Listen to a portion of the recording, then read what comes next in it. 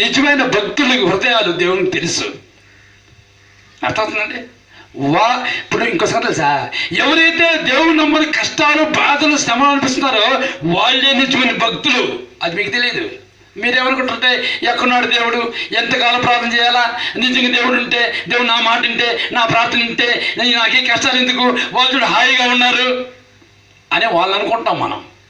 అవునా కదా? నిజమైన భక్తుల కష్టాలు అనిపిస్తారు బైబిల్లో ఉంది.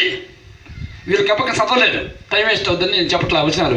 కాబట్టి తిమోతి రాసిన పత్రిక 4:12 మనం అందులో ఉంటుంది, నిజంగా సద్భక్తితో బతుకు ఉద్దేశించిన వారందరూ కూడా హింస పొందుతారంట. ఆ హింస అనేది మానసికంగా కావచ్చు, శారీరకంగా కావచ్చు, లేకపోతే లోకపరంగా కావచ్చు, భర్త ద్వారా కావచ్చు, భార్య ద్వారా కావచ్చు, బిడ్డ ద్వారా కావచ్చు, అందరి ద్వారా కావచ్చు, అన్నిటి ద్వారా కావచ్చు. ఆ హింస అర్థమవుతుందమ్మా? నిజమైన సద్భక్తితో బతకాలని ఉద్దేశం కలిగి ఉంటే నువ్వు నిజంగా హింస పొందుతావు, బాధ పొందుతావు, కష్టపడతావు, వేదన పడతావు, ఏడుస్తావు, కన్నీరు కారుస్తావు. వాటన్నిటిలో కూడా సంతోషంగా దేవుని ఆరాధిస్తావు. అది నిజమైన భక్తులు అంటే. వాళ్ళు ఏదో అన్నారు, వీళ్ళు ఏదో అన్నారని కూలిపోతే అది నిజమైన భక్తి కాదు అంటారు. సైతం రెడీగా ఉంటుంది అంటానికి, కొనుగదీయటానికి. అర్థమవుతుందండి?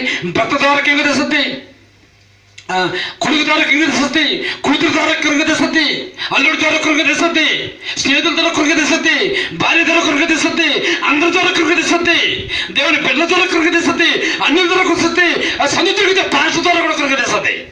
సందు తిరిగితే అర్థమైందండి?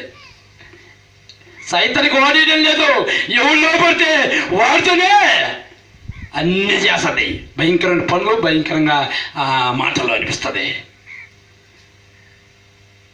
నిజమైన భక్తులకి దేవుడు పర్మిషన్ ఇస్తాడు, ఇస్తే అవన్నీ జరుగుతాయి అన్నమాట. అర్థమవుతుందండి?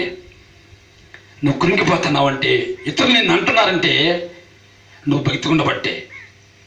అది నువ్వు తెలుసుకోవాలి ముఖ్యంగా.